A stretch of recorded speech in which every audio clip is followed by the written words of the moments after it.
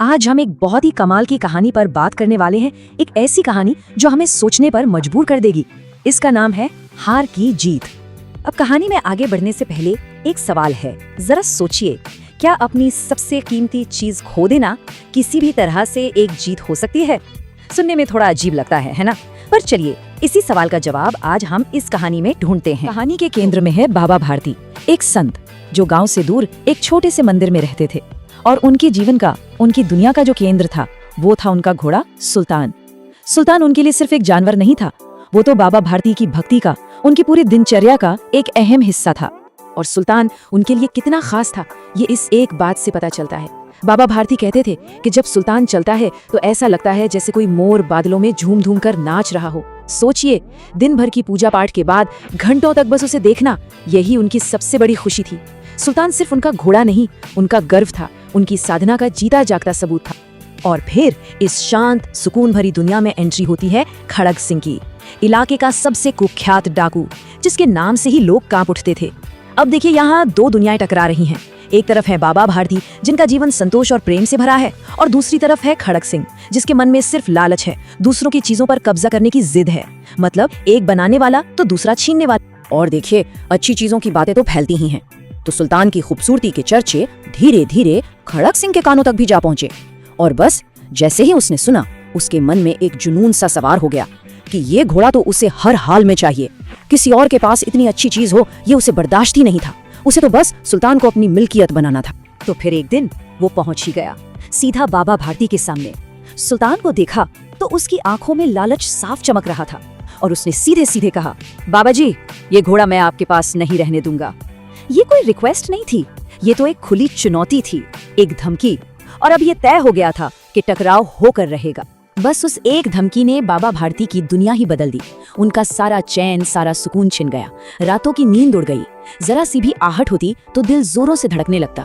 सोचिए, वो महीनों तक दिन रात बस अस्तबल की रखवाली करते रहे, एक अनजाने से डर के साए में जीते रहे। ऐसे ही कई महीने बीत गए। फिर एक शाम जब बाबा भारती सुल्तान की पीठ पर सवार होकर कहीं जा रहे थे, तभी सन्नाटे को चीरती हुई एक दर्द भरी आवाज आई। कोई करा रहा था, कोई मदद के लिए पुकार रहा था। और बस यहीं से कहानी एक ऐसा मोड़ लेती है जो सब कुछ बदल देगा। क्योंकि ये जो आवाज थी, ये असल में एक जाल था, और इस जाल के 3 हिस्से थे। पहला, एक ऐसी दर्द भरी गुहार जिसे सुनकर किसी का भी दिल पिघल जाए।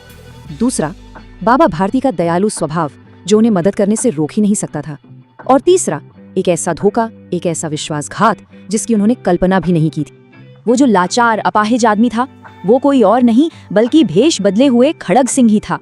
जैसे ही बाबा भारती ने दया खाकर उसे घोड़े पर बिठाया, खड़ग सिंह अपने असली रूप में आ गया। उसने जोर से लगाम खींची और सुल्तान को सर पर दौड़ा ले गया। कमाल की बात देखिए, उसने बाबा भारती की सबसे बड़ी ताकत यानी उनकी दया को ही अपना हथियार बनाया और उन्हें हरा दिया। अब एक पल के लिए रुककर सोचिए, अगर किसी की सबसे प्यारी चीज कोई इस तरह धोखे से छीन ले तो मन में क्या ख्याल आएगा?